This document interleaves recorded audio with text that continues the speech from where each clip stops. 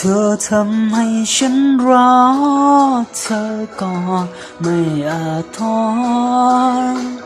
หัวใจมันคอยแอบมองแบบซึ้งเธอทำให้ฉันหลงใจนอนกอดหมอนทุกคืนจะทนได้นานสักเท่าไร